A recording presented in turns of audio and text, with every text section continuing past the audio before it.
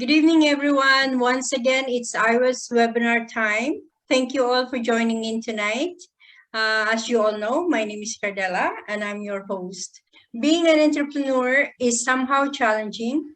The market is always changing and evolving, and it requires a lot of courage, dedication, and willingness to learn new things so that we can overcome those challenges we face in. With this reason, I am committed to invite trainers, business mentors, business leaders, industry experts to share their knowledge and expertise to all of us. Tonight, our guest speaker is a highly qualified specialist who trains and coaches small and large organizations in the essential success areas of business process improvement, team management, and people engagement. He works closely with team members at every level of an organization to drive organic strategic change and, in turn, enhance profitability and efficiency. Through tailor-made training programs to fit various organizational needs and an approach sealed by unquestionable service, experience in integrity, he successfully empowers teams to do and be at their best. Over 20 years experience in the implementation and maintenance of quality, environmental and occupational health and safety management systems, he has served clients across various industries, including construction, manufacturing, logistics, and oilfield services, among others. He is certified process professional, a licensed EFQM trainer, a certified green belt in lean management, and Six Sigma techniques, to list a few of his key qualifications. He has also had the opportunity to officially serve as an assessor to prominent excellence and quality awards, including the Dubai Quality and Human Development Award, Sheikh Khalifa Excellence Award, the Emiratization Award, the UAE Innovation Award, ISO 9001, 14001, and 45001, and more. He now leads a management consultancy where, alongside a team of experienced business coaches and trainers, he paves excellence pathway for clients in process management, performance management, customer relationship management, and other key areas that contribute to business growth. He is a strong believer in leading by example and always exceeding expectation. His own success story is built on success of the people and the organizations that he helps excel. He stands strong with each of his clients as their partner in excellence. Please join me in welcoming Mr. Atiq Mujammad Ajmal. Floor is yours now, Mr. Atiq. Thank you so very much, Cardella. Wonderful to be on your platform, and I think it's an opportunity to be part of your network and then the members in your network. And let's see if I can contribute a little bit from my side so that it can add value into their businesses or in their lives, either way. Now, I'll start now. First of all, if I can basically have the screen sharing. Yeah, okay, I think I can share my screen. So before I start formally, I would just give a sort of brief. This is simple basics about business model and what elements of business model basically are required.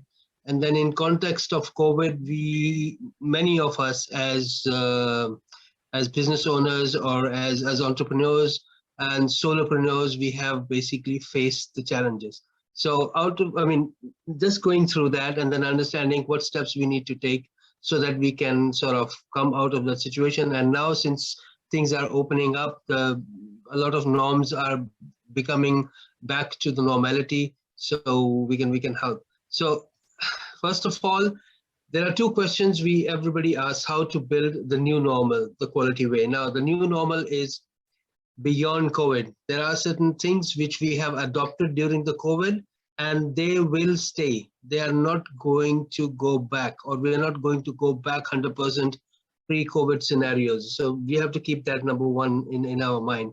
So how do we do that in a quality way? And then how to prepare for the road to recovery, because many people have lost and then faced challenges. They've lost customers, they have lost revenues, they have faced challenges in staff shortages, and then many things. I mean, people have gone through much more. So we'll go through and then understand that. She's already given you the introduction, so I'll not go through that. Understanding the first and foremost scenario about the new normal is that we are working from home. Even now, I'm sitting at home, and if you can see, I'm relaxing and I'm delivering. So this was not possible pre-COVID. We never had the opportunity of having webinars, web conferences, or even working from home as a full day job. So all these things are possible now. And then in fact, people are reluctant to go back to office. Why? Because it has become a comfort zone for them, that it adds the same value while they being at office or being at home. So why not? So there is a little bit of reluctance, and I can feel, and I discuss that with people and businesses. There's more family time. We have got remote access. We have distance learning, which is very now common. E-commerce growth is enormous over the last 2 years. If you see, even the groceries are delivered at your doorstep with no extra cost. Freelance opportunities. There are many people who have lost their jobs, and now they are working in the freelance opportunities, and they have started their own new startups with coaching, advisory, and all those different disciplines. So there's a lot of change. And then we have the new norms, the renewed energy from every side of the society.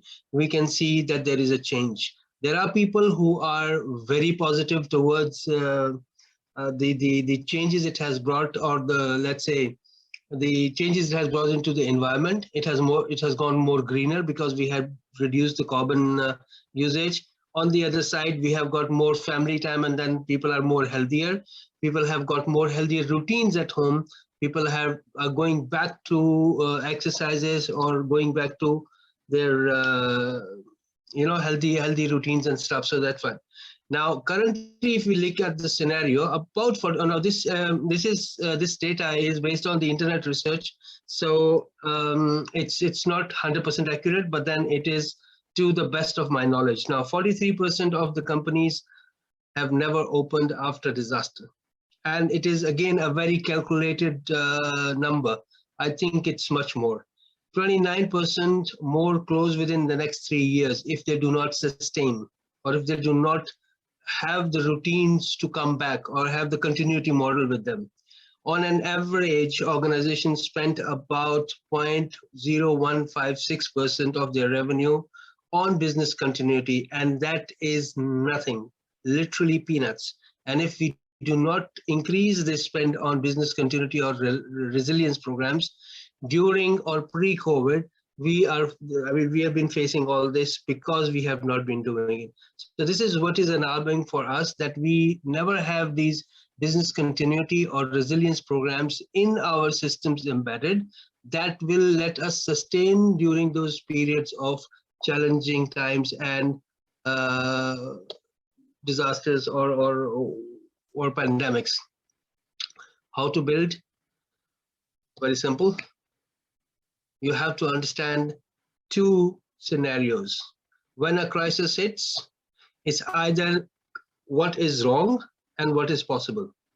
Now, what is wrong is beyond your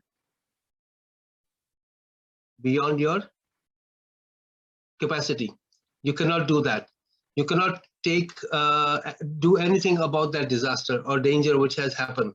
But what you can do is see the possibilities out of that, look into the positive side of it, and then see what can be done. Now, for example, this Zoom, was not very popular or available before COVID. The minute COVID hit and remote working started, Zoom and Microsoft meetings, and there was another software which I can't recall, they picked up so well, and they immediately had a rise in their business revenues. That was a possibility out of that scenario of COVID. Similarly, if you see the possibilities of online selling, people starting up their online businesses, selling goods, selling groceries, providing services, everything started picking up. And then that also, the e-commerce side of the business was really, really progressive. Now, on the other side, there were some instances where I know some organizations, now I cannot name the organization because I was part of their business renewal process. They were into hospitality, and hotels immediately were closed out because of the lockdown and because of travel bans and because of all those restrictions. Immediately, they converted their business model towards supplying the, what do you call that, their staff for the services towards the hygiene and basically what do you call we had these routines for protection and all. So they converted their business line, and their staff, they trained immediately towards those hygiene practices, and same they supplied to the sister concerns within their own network. Now, this is where you see a possibility, your staff being converted into another business line. A lot of companies which were like rent-a-car companies, they were not operating as rent-a-car companies, but then they started providing those for the transportation of the goods and materials. So they pivoted towards that angle. Logistics picked up quite a lot because they had diverted their routines rather than moving or providing services to the organizations which were into material handling towards the supply of vegetation, towards the supply of food items, towards the supply of FMCG. So all these things happened, and then people did divert their action line towards the possibilities. So things which you can control or things which you cannot control. Which you cannot control, you have to let them go. And you have to start focusing on the positive attitude. You have to turn the tables towards where it can give you an output or positivity. So all these things you will have to basically move our science. Now, the businesses which adopted these strategies, or some of the strategies, are like 84% optimize their capital allocation strategies. If you have these budgets in place prior to, you have your routines of the budgets, what they did was they optimized their capital allocation towards strategies. Now, 66% changed the leadership, such as CEOs, CFOs, business unit heads, VPs and all. Reason being because they were not basically in a position for change, or their mindset was not in the position. 64% optimized their financial and operational performances. Going back to the drawing board, going back to their budgets, going back to their process outlines, and then reforming from there. 59% introduced new products and services. 50% of the businesses reset their strategy for the growth through new alliances, agreements, partnerships, joint ventures. 46% of them were active deal makers, reshaping their portfolios. 46% made acquisitions and 24% made diversifications. So now these are the things which are the approach of adopting the new normal or the change, or accepting the change and looking into the directions where we have the possibilities. It is impossible to predict the future. Nobody can predict the future. However, if we are ready, we can change the outcome of it. How? We have to be adaptable. We have to have the focused approach toward growth and positivity. We should not be overthinking on many of the factors. Now, I have come across certain business owners or entrepreneurs. They are stuck with certain thought and they keep sort of pondering their thoughts and then spending time over and over on certain things which do not add value. So we should not be doing overthinking. We have to stay positive in any situation. Every night has a day, and every day will have turned into a night. And then again, it's like a cycle of life, which definitely will have its own time. And then we have to be persistent in our approach, persistence in our uh, vision, persistence in our strategy, persistence in our motivation to the staff, and all those things are very, very important and key. Never, life is a cycle, and then life is not a straight line. It has its ups and it has its downs. There are always dips, and it's your effort which brings you the results. So we have to be consistent with our efforts as well, so that we can see the results. Some information on business continuity model. There are certain elements which are essential for business continuity, which I will just quickly go through.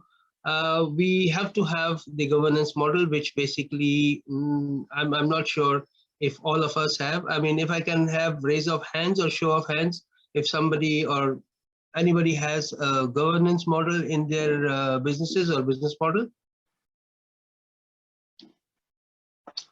I'm not able to see all, but if Kardela can see all of them, anybody raised hands for the governance model? Okay, no one. All right.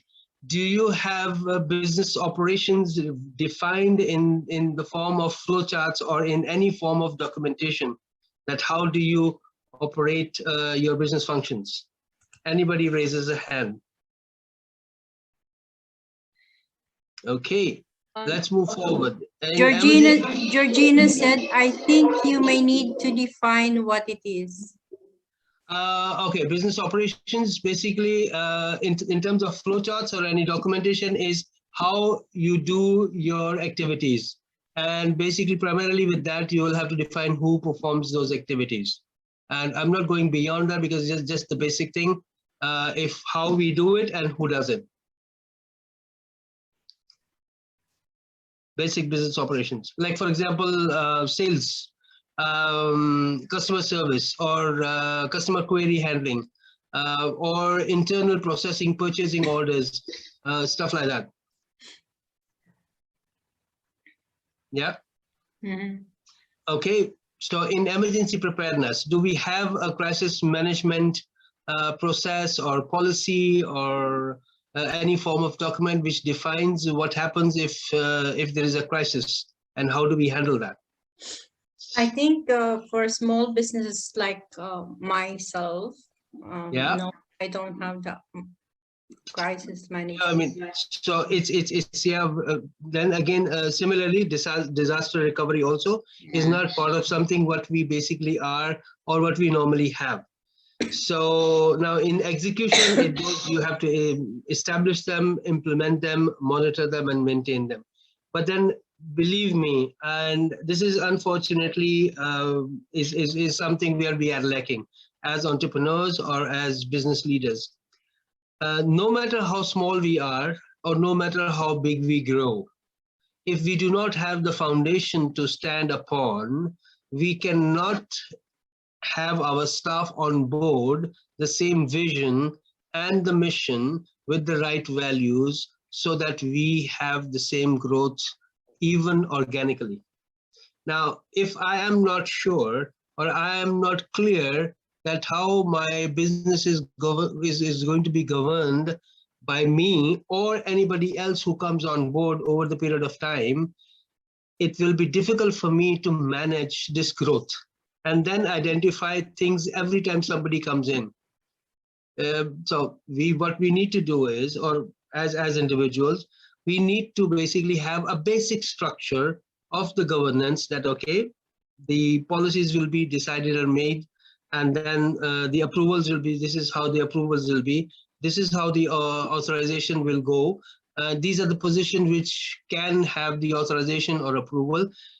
Even though I'm working alone, even though I have 2 staff with me, I have to be responsible enough to create something which they will not have to come back to me every day. So it's something which is formatted, which is developed in a very simple structure. You don't need to create books or volumes of manuals and stuff. No, in simple 2, 3, 4 pages itself is good enough for them to give the instructions and guidelines, and then ensure that, okay, the system is in place. Now, as you grow, you can grow that.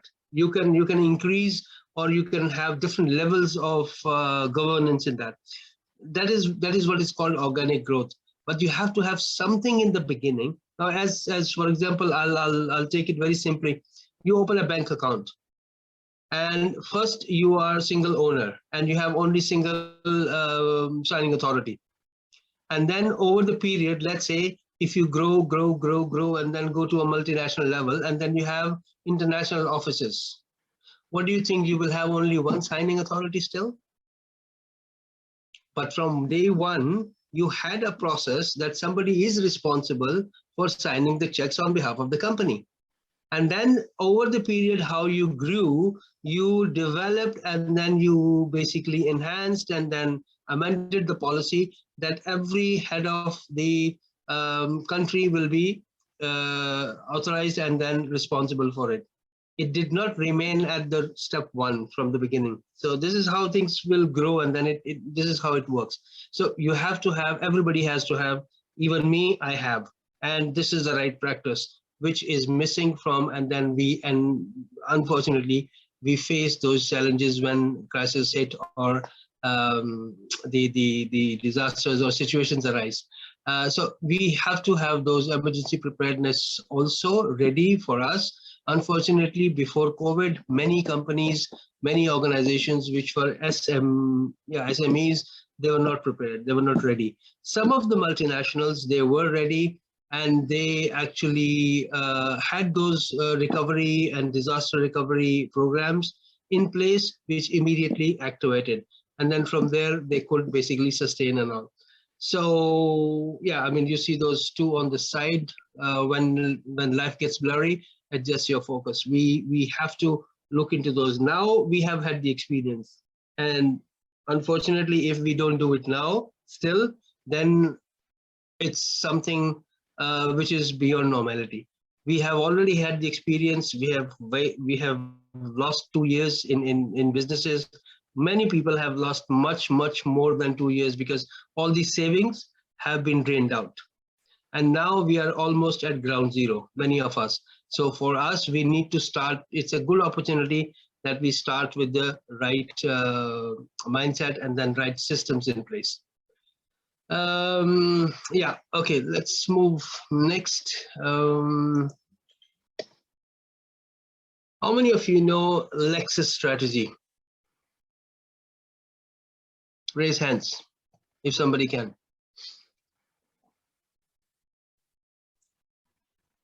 I don't. How is it? Yeah. Who knows Lexus strategy? No one. So it's very simple, and it's there on the screens for you.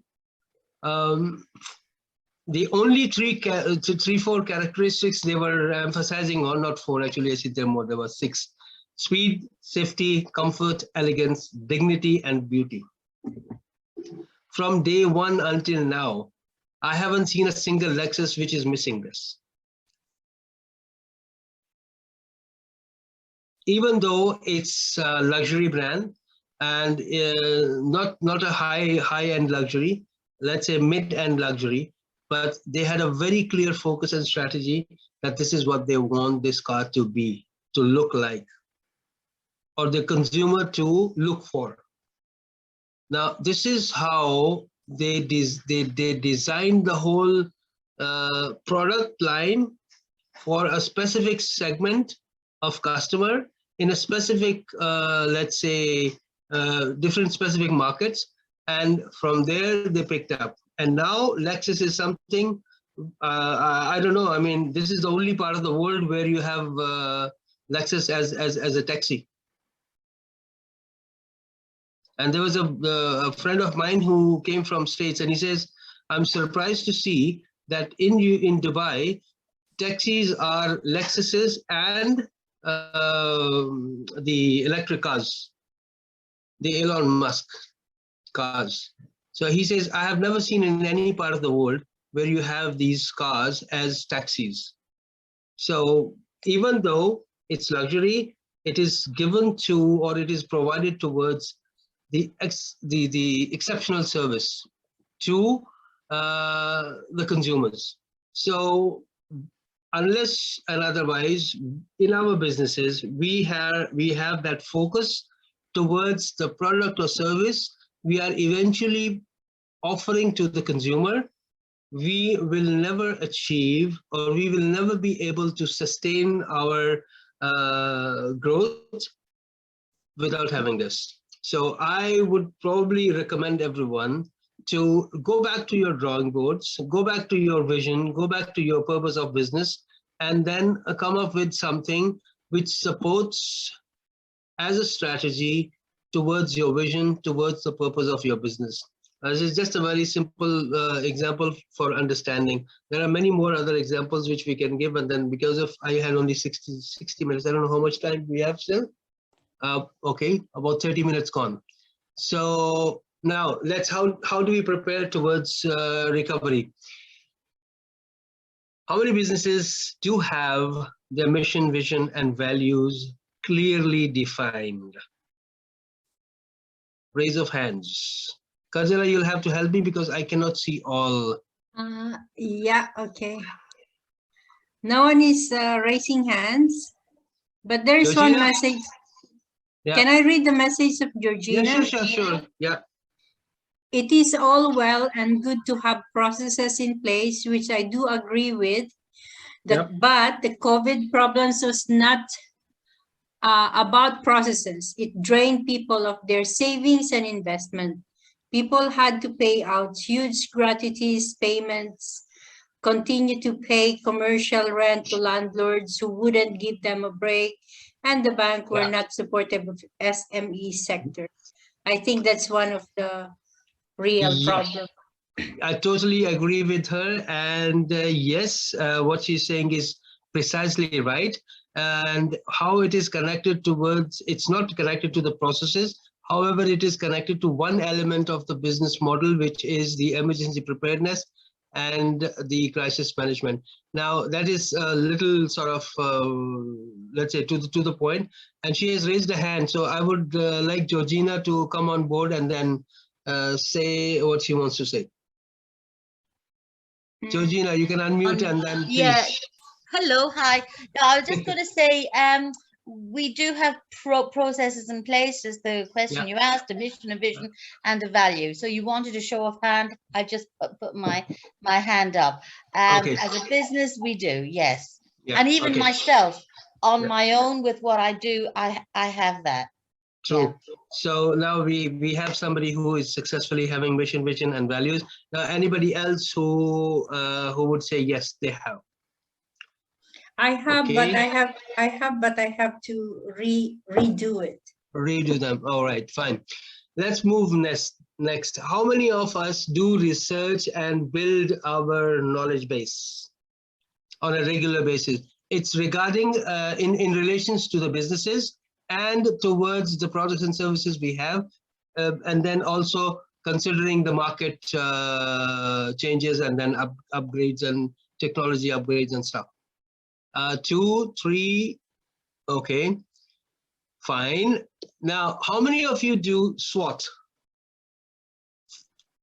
Or how many of you perform SWOT?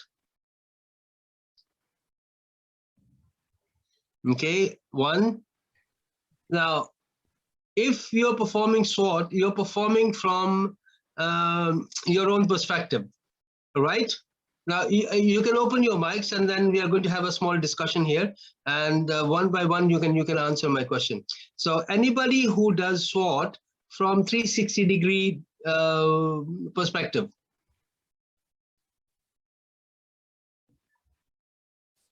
What is 360-degree perspective? I think you need to look. You need to define it a little bit more, Atiq. Yeah. I'm People may asking not because, understand what you mean by that. You know, yeah. the 360-degree view. I know that, but there's going to be people here who won't have a clue what Okay. you mean. All right. So 360-degree. I was going to next to that. 360-degree perspective is that you perform SWOT from the position of being a customer, from the position of being an employee, from the position of being a supplier, from the position of being a management leader, from a position of being your competitor, from a position of being a stakeholder. So now you have covered all different elements or aspects of your business or stakeholders or the connections, people connected to your business. So once you do all these different types of SWOTs, but focusing on your business, and then you layer them up. So layer 1, layer 2, layer 3, layer 4, layer 5, and then try to basically filter them in perspective that which aligns with what. And then what we see is the SWOT, which is filtered enough and then gives us that essence of all 360 dimensions, that what will be our strengths. Sometimes there are certain strengths which are as opportunities in another dimension, or there will be certain strengths which will be as threats in some other dimension. So is it something that you or anybody has done before or heard of before? Yeah, yes, I've heard of it. Yes. Okay. Yeah, and done it, Now, and done it with yeah. clients. Yeah. Yeah. So I would recommend all of you to do this SWOT in all those 3 or 4 or 5 or 6 or 7, how many dimensions or how many different aspects you have. Of course, everybody has customer, everybody has employees, everybody has suppliers. So at least these are the 3, 4, 5 basic dimensions or angles you can look into it. However, if there are others, like for example, you have partners, then you have to do it from the partner's perspective as well. And if you have got management staff, then you have to do it from their perspective as well. And then try to filter that out and find the commonalities, and or try to find the alignment between the different SWOTs and see how or what it reflects to you. Once you do that, your picture will look a lot different than doing just a single SWOT from your own perspective. So this is one thing which I would recommend that everybody should do. And I'm sure everybody knows what SWOT is, right? Yeah. Yeah. Okay. VUCA. How many of you have heard VUCA? All right. So Shauki, of course, Mr. Shauki has heard VUCA and he's applied VUCA. In simple terms, the background of VUCA methodology was applied in the state of wars, and army generals would basically look into these 4 dimensions when they were preparing the battlefield plans, and they would be looking at their volatilities, they will be looking at the uncertainties and complexities of the battle plan and ambiguities. Now, the modern time, when we apply it into the business, I look it into 4 different aspects. I convert that into a vision.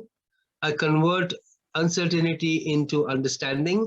I convert complexity into clarity and ambiguity into agility. Now, when I totally start working on these 4 dimensions of a business model or business strategy, my approach towards prospecting is much more stronger than looking at from the negativity or let's say the volatility and uncertainty, complexity or ambiguity point of view. When you have a clear vision for your organization, your volatilities are negligible. When you start understanding the situations which happen to your business, and then you have those plans in place, you have the strategies in place, your uncertainties will automatically lower down, or they will minimize. Once you have the clarity of your future, and then you have that 5-year strategic plan with you, automatically your complexities, and the complications will start reducing. Agility is the new norm for every business. We have to be flexible towards the changing technologies, towards the changing norms, towards the changing behaviors of people, international scenarios. I'm sure everybody knows about Pastel. Pastel is something that we should be looking at almost, I mean, it's in these current times, we'll be reviewing those pastels every quarter or every 6 months, which will help us to understand for our developments in and growth over the period. So convert your VUCA to more positive approach with the vision, with an understanding, clarity, and agility. Just work on the facts and the trends rather than just assumptions or news. I would probably focus on the opportunities rather than the situations where we have lost, or the time, or I mean, of course, during these times we have lost businesses, we have had crises and everything. Look into the infinite play where you have unsure rules. No rules are valid from 2 years, and then these rules will not be valid for another, I mean, probably after another year, 6 months, or another one year. There are different competitors for us. Before, they were more traditional competitors. Now we have got technology involved, we have got e-commerce involved. So our competition is much more different than what we used to have before.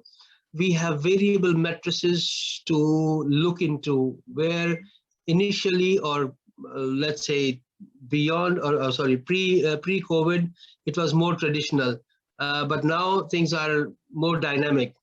We have to be more flexible in every term of the business, dealing with the clients, negotiation, or in terms of procurement or hiring staff. We have to be flexible, because not all the staff will be sort of willing to work 100% on location. There are many staff are looking for, or the opportunities are that way, that companies are offering working from home and working physically from the office. So all these things are available. People management is much more critical now, in a sense that we cannot demand or dictate. There are options and then scenarios available where people can have options to work for others, or not, basically more flexible scenarios. Once we have all this, are we ready to accept what is coming forward, what is coming next? And that is, are we flexible enough? Are we open to change? Are we able to adjust ourselves towards what's coming next? This basically concludes my, let's say, presentation, and a little bit of an overview how to handle the challenges we had faced, or we are still facing, during the COVID or post-COVID. Now it's open for, I think, question and answer, and I am right on time. We have 15 minutes still to have question and answers if somebody has. Hi, this is Georgina. Yep. Let's say somebody wanted to do a SWOT analysis, and they've got a very, very small business. It's probably just them and maybe one or two others. Mm-hmm. And they haven't got much experience in business. So they're going to be sort of lacking in a lot of skills. Where would they need to start if they were looking at, say, the strengths, weaknesses, opportunities, and threats? If they're looking at themselves, do they have to look at their values, their personal values, as opposed to brand values? Do they look at when they're looking at competitors. They won't have maybe a full scale of even maybe who are their direct competitors. They might know one or two, but they probably won't know the whole picture. Where should they, what's the most important thing for them to start with? If you ask me, I would go back to the purpose of their business. Why are they doing this? Why are they trying to work this business out? Or why are they doing this business? And from there, that will give them the clarity on what is that they are trying to achieve. So that is the base. And then from there, of course, definitely what are their services and who are their customers? And then, of course, the marketing part, definitely, as you said, it is going to be part of it. So primarily, there are 3-4 areas. Number one, the why, and what they're going to offer, and how. And then from there, I think that could give them a little bit of an understanding to begin with. And of course, they have their own, because if there are 2-3 people, they know their own strengths, they know their own, let's say, personal capabilities and capacities as well. So that will also play a big part in defining the SWOT of that small function. Thank you. Okay. I hope that was good. Hi, Atiq. This is Leela. Yeah. Actually, I particularly was hearing about VUCA only now, although I Googled and I found that it's there from 1987. So everyone knows about SWOT, and you create things for the future. You keep looking into what you've done in SWOT, you review it, you look at your processes, you always want to improve, and you want to move on. Why is it that VUCA that you have spoken about today is not so commonly used by most companies? As okay, now, but not by most company. People do use it in a context where, let's say, a medium and then large enterprises. Why it is it not known? Because it's not a norm or a practice with general people, let's say. As I said, it started with the army generals when they were preparing their battle plans. So the technique comes, the history has the technique coming from there. How come in the, okay, now, sorry. However, in the modern times, businesses or business coaches and business consultants are using these tools and techniques to convert the growth of the business from the VUCA perspective as well. So it is becoming a norm. It is very common nowadays. Yeah, at least among the consultants and the advisors. Yeah. So you're referring to all medium and large scale companies are also using VUCA now? Because I worked with a multinational and never came across this when I was working. That could be an unfortunate scenario, but then I know quite a number of companies who are basically applying this tool. Oh, lovely. It's an approach basically. So I mean, there could be multiple dimensions of it, but then it is in practice. Okay, I mean, I don't have the exact numbers that how many companies or what is the application level within the industries. However, it is still growing. Yes. So, but my question is, if you have SWOT, is that enough, or do companies need to go to VUCA as well? See, SWOT gives you one side of your business perspective. VUCA gives you another perspective. So if you say that to pick from either of these, so I would say not a good idea. They both are equally important. However, VUCA is at a probably, let's say, advanced stage, but SWOT starts from the very beginning. Okay, thank you. Yeah. Ruwaina. Thank you very much. Good evening to everyone. Good evening. Yes, I am just going to shift a little, but thank you for VUCA. You know, SWAT has been there, but with VUCA, it's kind of new to me. I'm gonna shift a little, Mm-hmm. because I wanna, but it's still related to your topic because in you've mentioned about flexibility, changing your strategy and everything in relation to vision and based on circumstances like COVID. Um, Mm-hmm. you have mentioned about it's not that you have mentioned, but I just want to take your view rather on micromanaging people, on micromanagement and success of the company or success of the business alongside, because Mm-hmm.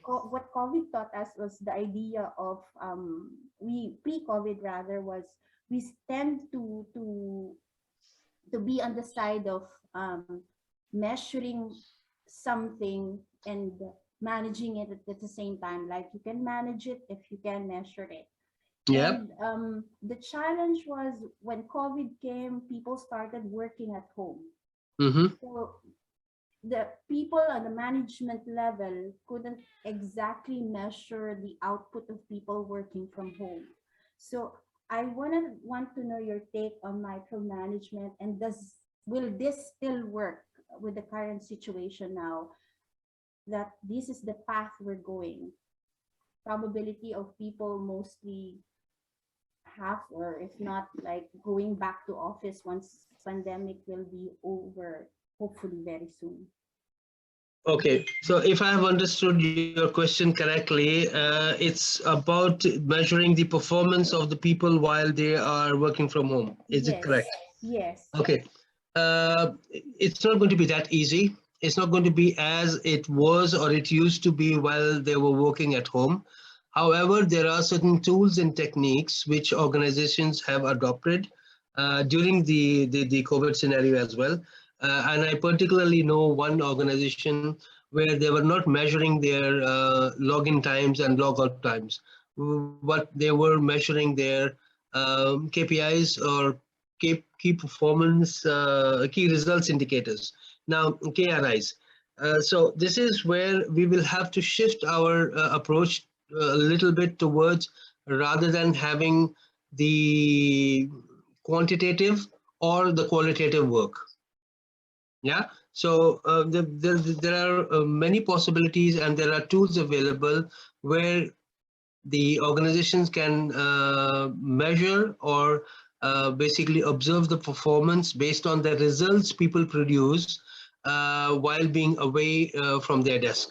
And in some organizations, the field work can never be measured properly as they measure while being in the office. So they had those techniques which were already in place where they were measuring the performance of the people while they were in the field. So similar things can be applied, and they are actually in application, and they are based on the results rather than the performance indicators.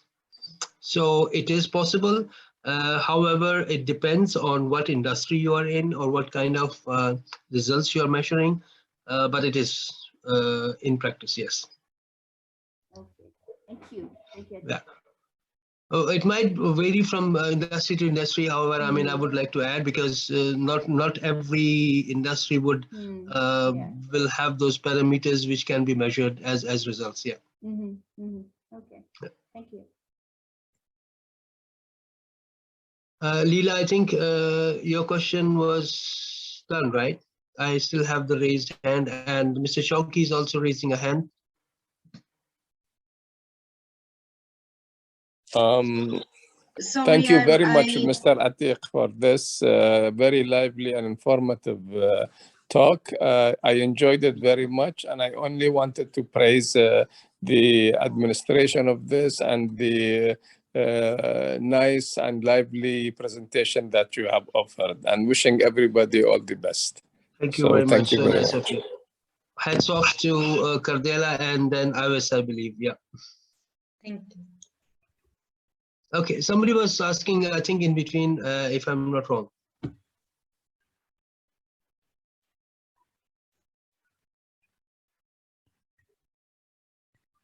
Yes, we would like to echo the words. We'd like to echo the words of Mr. Shauki. Thank you, Cardella, for organizing these webinars. Yeah.